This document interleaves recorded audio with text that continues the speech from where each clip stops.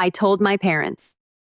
It was a once-in-a-lifetime moment, but they chose not to come. They skipped my wedding for a 90-minute game. When photos went viral, the truth exploded and tore the family apart overnight. When I was 10, I once got a perfect score on a school math competition. I was so excited I ran home breathless, holding the certificate in my tiny hands like it was a Nobel Prize. I remember shoving it at my mom while she was making dinner, expecting the kind of praise kids crave. She glanced at it, nodded, and then asked if I'd seen my brother's new soccer cleat. That moment stayed with me longer than I realized. My name's Joel. I'm 29 now, and this is the story of how my family forgot the most important day of my life. Not just forgot, dismissed it like it was nothing, but what they didn't know, what they couldn't have predicted, was that everything they ignored would explode in their faces in a way none of us would come back from. Growing up, I was the easy kid, quiet, responsible, the one who could be left alone with a box of Legos for hours and never make a mess. My younger brother Adam was the golden child. Loud, charming, athletic. He could fail a class, and it was, he's just not a test taker. I could get straight A's. And it was, well, that's what we expect from you, Joel. At some point, I stopped trying to impress them. You can only scream into a void for so long before you give up and just go quiet. Still, I love them. Or maybe I just wanted to be loved. Even as an adult, I kept giving them chances. I called home regularly, visited every few months, even though I lived out of state. I remembered birthdays, sent cards, asked about Adam's games, even when I knew they'd never once asked about my career. I'm a documentary editor, by the way. Nothing flashy, but I've worked on a few Netflix and Hulu projects. Not that they ever watched any of them. I told them once I'd been nominated for an editing award. Mom blinked and said, "That's nice, sweetie." Adam's team made it to regionals. Adam was always the center of gravity in our family. His soccer games were sacred. I'm not exaggerating. One time we had a relative's funeral. My dad left the wake early to make it to Adam's 100 p.m. kickoff. When I had my college graduation, they came but left during the lunch reception because Adam had training. They missed my speech. I was class valedictorian, so I started drawing boundaries. Quietly sly. I stopped sharing big wins with them. When I got my first apartment, I didn't tell them until a week later. When one of my projects trended on YouTube, I never brought it up. I kept my expectations low, but then I met Elise. Elise is everything I'm not. Warm, bubbly, unapologetically emotional. She's the kind of person who cries at strangers' wedding videos and makes friends in grocery store lines. We met while I was editing a piece on environmental conservation. She was a consultant on the project. She had a calming presence and an annoying habit of calling me out when I tried to downplay myself. Within a year, I knew I wanted to marry her. The proposal was simple, just the two of us on a lakeside hike, a camera hidden in my backpack, and a ring I'd carried around for 3 weeks because I couldn't find the perfect moment. When I finally asked, she laughed through her tears and told me she'd been waiting for me to catch up. She'd already told her mom it was happening. Her family welcomed me with open arms. Her dad even hugged me, something my own father hasn't done since I was a teenager. Planning the wedding wasn't exactly a walk in the park. Elise wanted something small and intimate. I wanted that too. Neither of us cared for huge venues or fancy catering, but we did want it to be meaningful. We set the date 8 months out, just enough time to get everything in order without dragging it out. I told my parents the news over the phone. I remember the silence after I said, "We're getting married." A beat too long. Then my mom said, "Oh, that's wonderful, honey. When's the date?" I gave it to her, excited. There was another pause. "Oh, that's the same weekend as Adam's championship match." I blinked. "Okay, but I mean, it's 8 months from now." "That's plenty of time, right, Joel?" My dad chimed in. "You know how important this season is for Adam." His coach said, "College scouts will be there. I'm not asking you to choose a random game over my wedding. This is a once-in-a-lifetime event." "We'll figure it out," Mom said quickly, but it felt like a brush off, like she was already preparing the excuse in her head. Elise was sitting beside me during the call. When I hung up, she didn't say anything at first. Then she asked, "Do you think they'll come?" I gave her the only answer I could. I hope so. Over the next few months, things got weirder. I'd text my mom with updates, venue booked.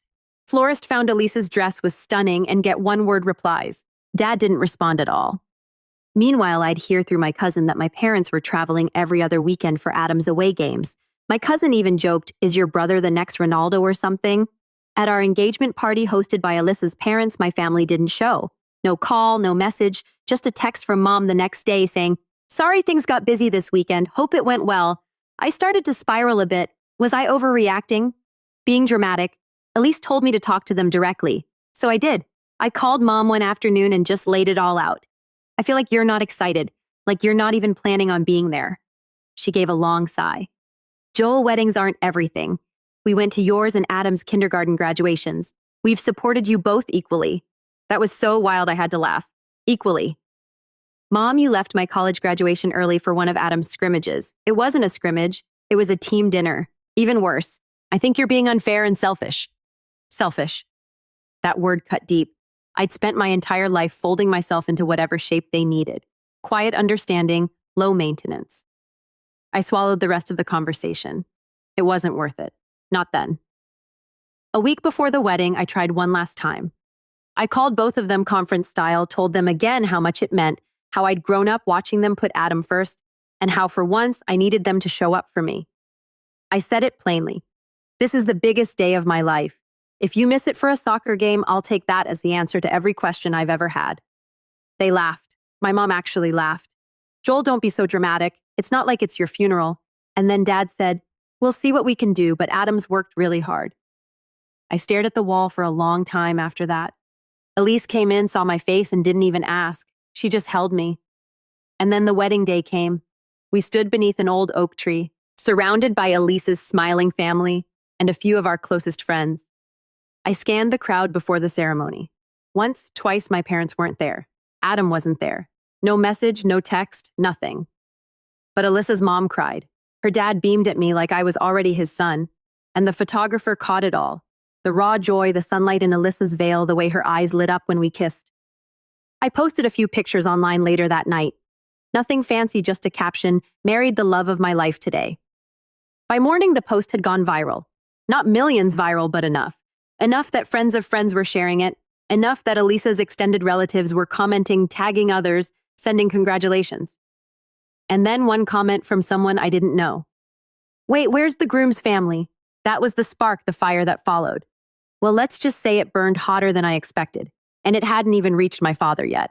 I didn't respond to any of the comments that first day. I told myself it didn't matter, that the people who did show up were the only ones who mattered.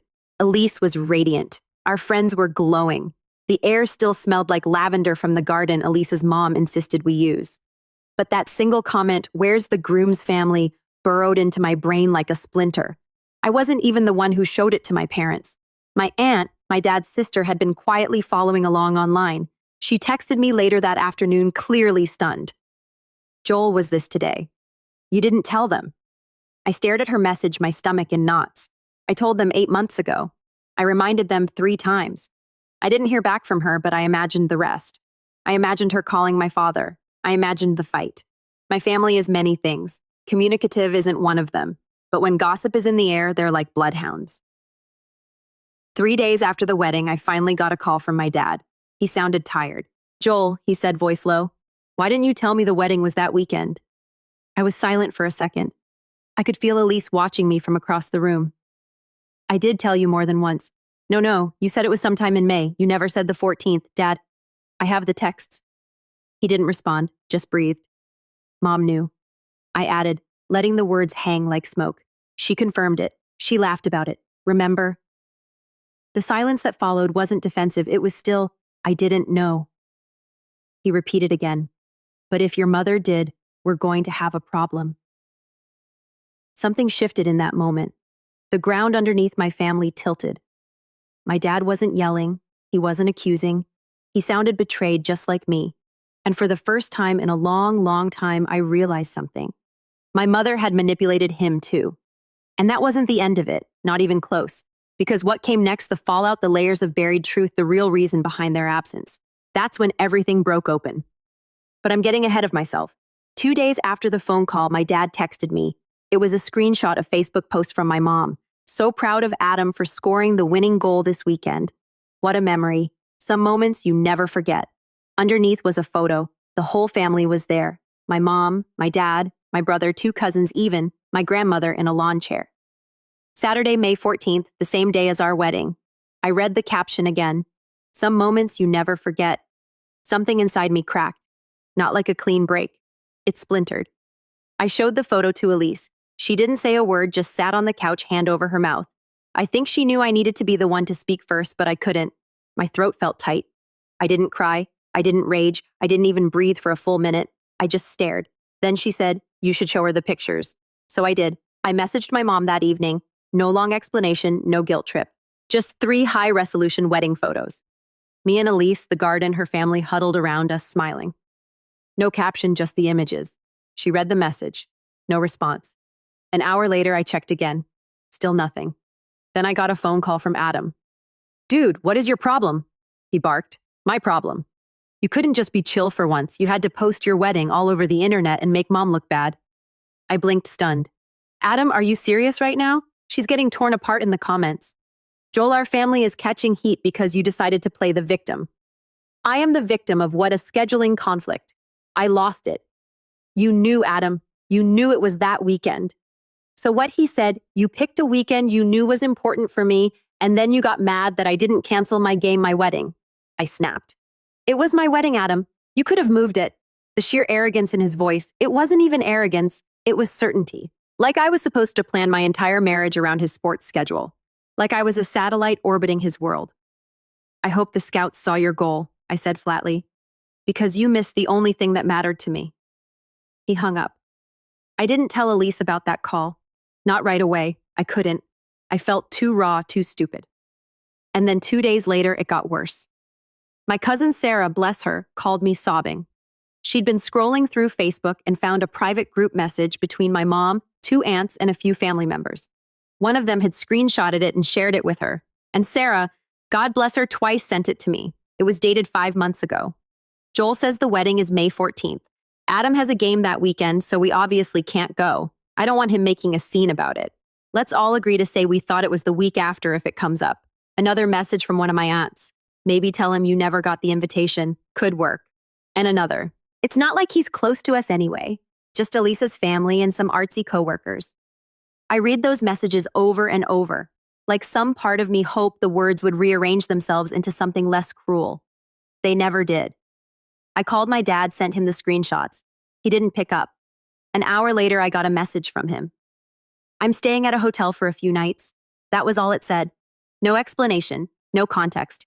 But I knew. And then the phone rang again. It was my grandmother, 83 years old, rarely calls anyone. She didn't even say hello, just launched into it. "Joel, what in God's name is going on? Your mother's in a state. Says your father's threatening divorce. Says you're spreading lies about the family online." I felt something inside me harden. "They're not lies."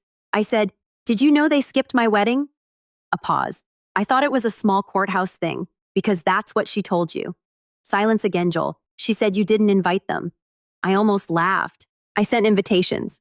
I called. I begged. She lied to everyone." "I don't know what to believe anymore," she whispered. "Believe the photos," I said. "Believe the silence." The call ended. I felt numb. Elise sat beside me, her hand in mine. "They're unraveling," she said softly. I nodded. She made a choice, and now everyone sees it. But I hadn't seen it all. Not yet. A week after the wedding, my father showed up unannounced. No suitcase, no smile. Just stood at our door, hat in hand, eyes bloodshot. I let him in. Elise gave him a polite nod but stayed upstairs. He sat on our couch like he wasn't sure he deserved to. "I didn't know," he said again. "You keep saying that." "I say it because it's true. I told you. I know. But she told me you changed the date, that the invitation must have been lost, that you were being vague on purpose. She made it sound like you didn't want us there." I stared at him. "Do you believe her now?" He shook his head slowly. "No, I don't." I didn't respond. He looked around the room. His eyes lingered on a wedding photo on our mantel. He reached for it, then stopped himself. "I missed this," he said, voice breaking. "And I'll never forgive myself." I didn't have it in me to comfort him. Not yet. Maybe not ever. But then, he said something I'll never forget. "If she really did what you say she did, we're done." And that's when I realized something deeper than the betrayal. This wasn't just about me. My mother's manipulation hadn't been aimed solely at me. It had warped our entire family. She'd built a world around Adam, weaponized loyalty, rewrote narratives, controlled the flow of information, and now it was all falling apart. But the breaking point didn't come until a week later, when I found out what my mom had planned next. And that's when the real storm hit. I didn't expect things to get quieter after my dad's visit. I thought there'd be yelling confrontations, tearful apologies, or dramatic phone calls, but there was just silence. A thick, stifling silence like my family had collectively pressed pause on reality, hoping if they waited long enough, I'd let this all go, that I'd be the one to smooth things over like I always had, that I'd downplay the pain and let them keep rewriting the story, turning a deliberate betrayal into a harmless misunderstanding. But I didn't reach out, not this time, and they didn't either. Instead, the first sign that my mother hadn't moved on came from an unexpected place. Elise's uncle Mark. Mark's a blunt, non-nonsense kind of guy. Served in the Navy, now runs a woodworking shop and makes jokes so dry they might catch fire in the sun. We bonded during the wedding planning over our mutual love of silence and espresso. He wasn't the kind of man to call just to gossip, which is why his message raised every hair on my neck. "Hey kid, you might want to talk to your HR department. Someone's been sniffing around asking weird questions." I called him immediately. He told me a woman had reached out to the consulting firm Elise worked with, claimed to be fact-checking for an article. She asked if Elise's company was affiliated with any international political groups, and if there was any financial misconduct related to a recent environmental doc we both worked on. She gave a fake name, but Mark recognized her voice. He said, "It was your mother, Joel. I'd bet my shop on it." I felt my stomach twist. I couldn't believe it. No, scratch that. I did believe it. I just didn't want to. "She called your company pretending to be a reporter." "Not just mine," he said. "She called Elise's direct supervisor. I only found out because they thought it was strange and mentioned it over coffee." That night, I sat on the couch with Elise numb while she read through the email summary Mark had forwarded. She didn't say anything for a long time. Then she looked up and said, "Joel, this was meant to hurt us." And I knew this wasn't just petty anymore. This was sabotage. I confronted my dad. I sent him a text first asking if he had any idea what Mom had been doing. He called within 2 minutes. "Joel, I'm sorry," he said before I even picked up. I was quiet. "She told me she was going to set the record straight. I didn't know what that meant. I didn't think she'd go this far." "Why would she try to ruin my job?" I asked, voice low. "I don't know. Maybe she thought you'd cave, that she could scare you into staying quiet. She's always been afraid of public shame." "She lied, Dad. She planned this months ago. She turned the whole family against me and then tried to make Elise, and I look like liars online." "I'm not defending her," he said quickly. "I'm done doing that." "So what now?" I asked. He didn't answer. "Not really. Just said he was looking for a lawyer, that he didn't recognize the woman he married anymore, that if she truly tried to hurt my career, it was over." I didn't feel satisfied. I didn't feel vindicated. I just felt empty. The next few weeks blurred together. Elise kept me grounded. She made tea in the mornings and started playing our wedding playlist during breakfast to remind us of the good. We framed the best wedding photos and hung them in our hallway. We started walking in the evenings. Sometimes we didn't even talk. We just walked. But deep down, I knew I wasn't okay. Because when your own mother tries to destroy your life, it doesn't just sting, it unroots something. You start questioning your memories, your judgment, yourself. Was I blind? Was I too eager to believe the best in people who had shown me over and over how little I mattered? I stopped checking my phone. I muted the family group chat, though it had gone eerily quiet. Anyway, Alyssa's parents invited us over every Sunday for dinner. And while I loved them, I also felt like an orphan pretending to have a family. I hit rock bottom 2 weeks later when I received a letter. It wasn't from my mom, not from my dad. It was from my grandmother. It was handwritten in a wobbly scroll. The ink smudged in places like she'd been crying as she wrote, "Dear Joel, I want you to know something. I didn't know the truth. I didn't know they were lying. Your mother told us you were being difficult, that you didn't want a big wedding, that you told her not to come. I believed her. I'm ashamed of that. I always thought I was close to you, but I see now that I chose to believe the louder voice. I'm sorry. I don't expect forgiveness, but I needed to tell you I'm sorry. And I saw the photos. You looked so happy, so sure. Please know that I'm proud of you. I always have been. Love, Grandma." I read it 3 times before I started crying. Not the quiet kind, not the single tear down the cheek like in the movies, the gut-wrenching, body-shaking kind that comes from years of swallowing hurt you never had the words for. That night, Elise held me while I cried into her shoulder and something shifted. I realized I'd been waiting for my family to rescue me from the pain they had caused, but they never would. I had to rescue myself. So I started small. I replied to my grandmother's letter. I thanked her for her words. I told her I forgave her and hoped to see her soon. Then I called my cousin Sarah, the one who'd sent me the screenshots. We had lunch downtown, and for the first time in months, I laughed. She filled me in on the family gossip. My mom was furious, saying I was trying to destroy her reputation and that my dad had betrayed her. My aunts were divided. One had quietly messaged Elise to say she was sorry. The other unfriended me on Facebook. My mom was still denying she'd made the calls to Elise's company, but apparently she'd been caught in another lie. She told my aunt she hadn't known the wedding date, and that same aunt remembered being invited to it explicitly in a group email. Things were fracturing fast, but for the first time, I didn't feel like the broken one. I poured myself into work. I picked up a freelance doser's project about forgotten World War II photographers. Long days of editing slow piano soundtracks and dusty old black and white footage. There was something comforting about working on stories of people who'd been ignored and overlooked. It felt personal. I started going to therapy again. Elise encouraged me. At first, I was hesitant. What if it didn't help? What if digging it all up made it worse? But the first session hit me like a freight train. Not because of anything dramatic, just a simple question. When did you first learn your needs weren't important? I didn't have an answer, but I knew I'd been living under that belief for most of my life. Over time, I started shedding it slowly, like peeling off an old, suffocating coat I didn't know I'd been wearing. I reached out to people I'd distanced myself from: college friends, a few old coworkers. I let people in again. I even joined Elise in one of her volunteer projects, a local youth media program helping high school kids learn video editing. It was strange being looked up to, but it also healed something. My confidence came back. My laughter came back. And one afternoon, sitting in a sunny cafe with Elise, I got an email from Netflix. They wanted to feature one of the documentaries I'd worked on in a spotlight series. They called it Hidden Visionaries, and they wanted to interview me. I sat there in stunned silence, rereading the message. Elise looked at me, grinning. What I showed her. She shrieked so loudly. The couple next to us jumped. We celebrated that night. And for the first time in months, I didn't feel like I was trying to outrun the past. I felt like I was walking towards something I'd built. The following week, I posted about it on social media. Just a simple announcement with a clip of the documentary trailer.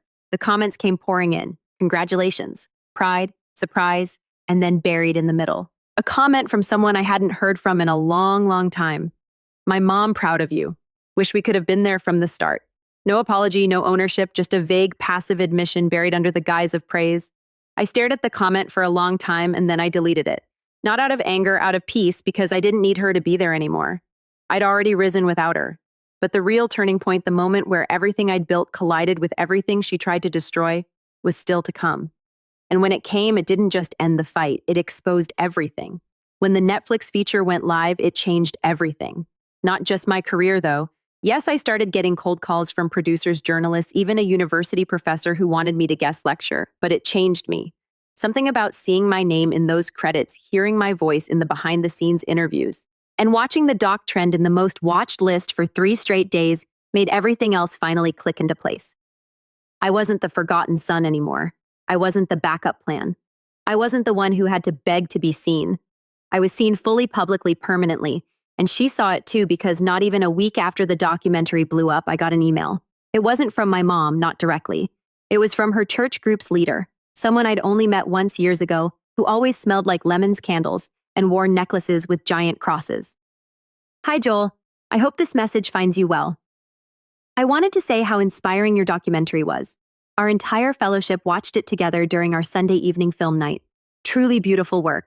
Your mother is so proud. She told us all how she always knew you'd do something special. We'd love to have you come speak at one of our gatherings soon. I read it twice, then again, just to be sure I wasn't misreading it.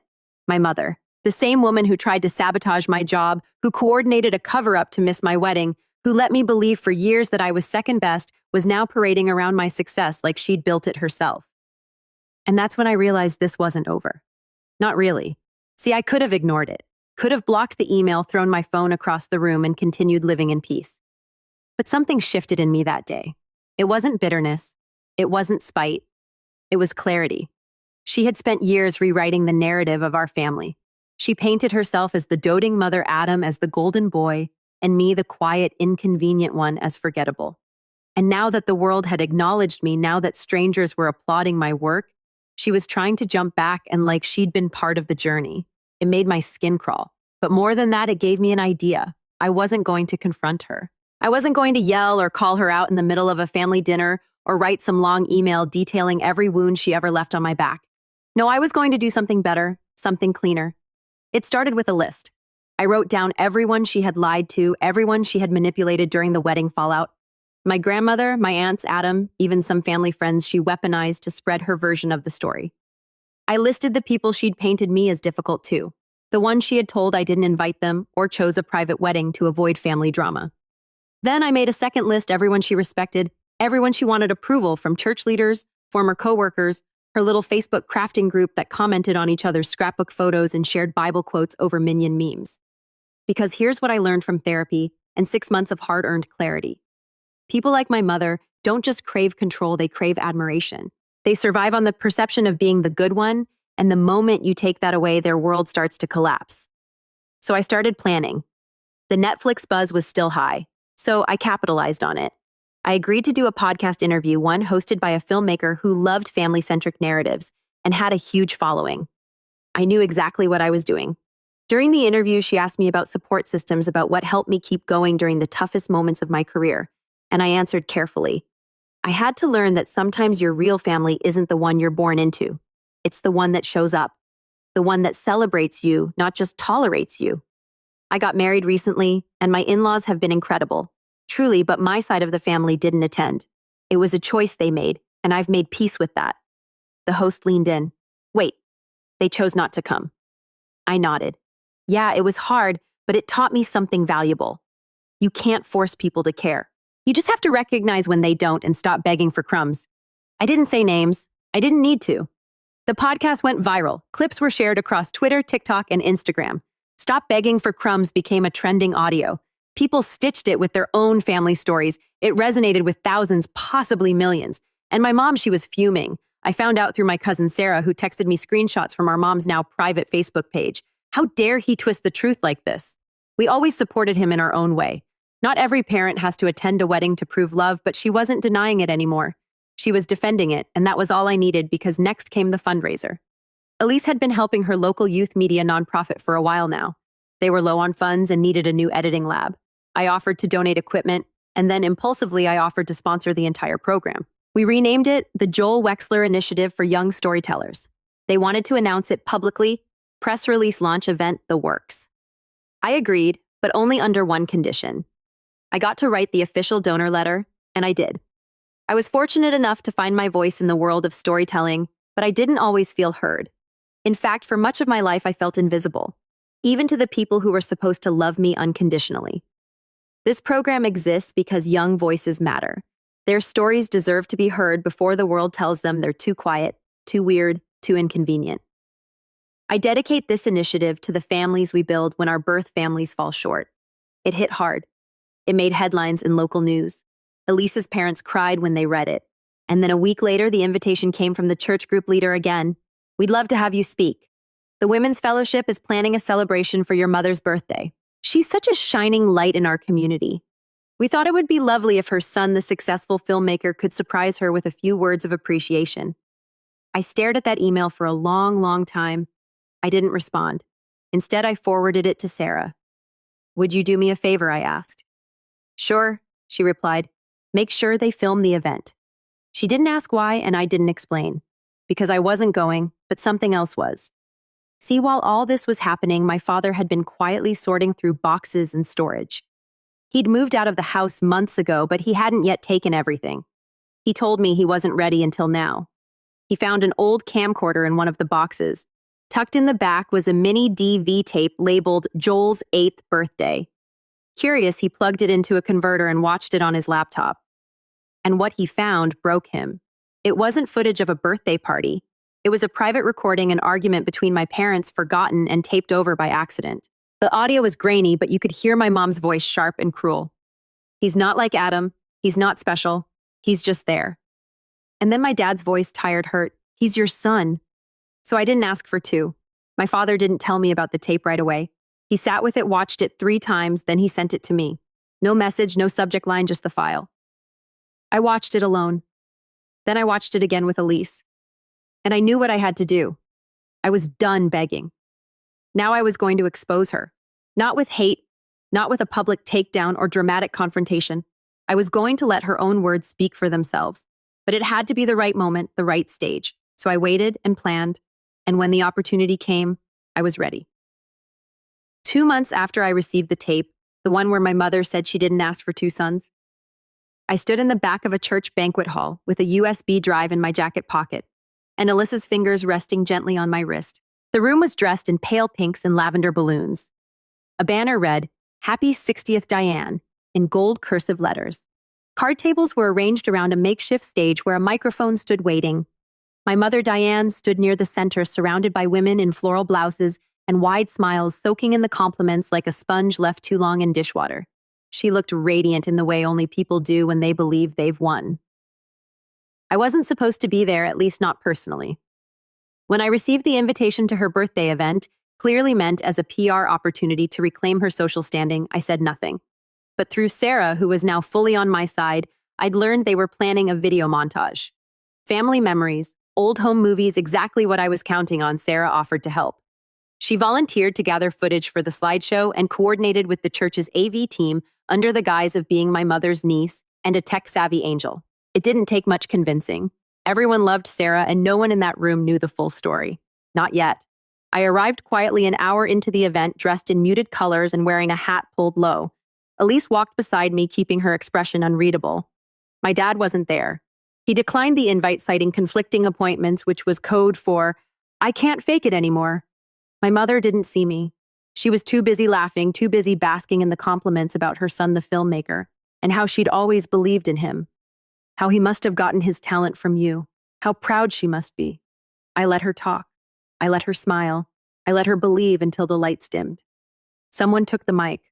"We're going to play a little video montage for Diane. Some memories from over the years, from birthdays, holidays, and family moments we all treasure." There was applause.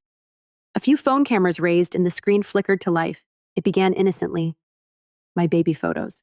Adam's soccer highlights, grainy clips of us opening Christmas presents in footy pajamas. My mother gasped and covered her mouth, tears gathering at the corners of her eyes, but then the sound shifted. The next clip was darker, both visually and tonally. The timestamp read, August 2002. The shaky footage of my 8th birthday ended, and static filled the screen. Then voices. "He's not like Adam. He's not special. He's just there." The room fell still. You could have heard a pin drop. "He's your son." So I didn't ask for two. My mother's face froze. At first, people thought it was part of the video, maybe a joke and outtake. But then it became clear. There was no music, no laughter, just two people arguing. Her voice, young, sharp, unmistakably hers, and my father's voice trying to defend me. "He's sensitive. He tries. You don't see it because you're too busy bragging about Adam. Oh, please. One of them's going to make us proud. The other will probably end up crying in a corner somewhere." The gasps came, then slowly rippling through the room like an echo underwater. The clip ended static again, and then the screen faded to black. Silence. Complete, suffocating silence. I stepped forward, pulled the hat from my head, walked slowly to the front, heart pounding but hands steady. I took the microphone as my mother turned toward me, her face pale, her mouth slightly open, frozen in shock. Some people recognized me immediately. Others took a moment, but within seconds the whispers began. I took a breath. "Hi, I'm Joel, Diane's son."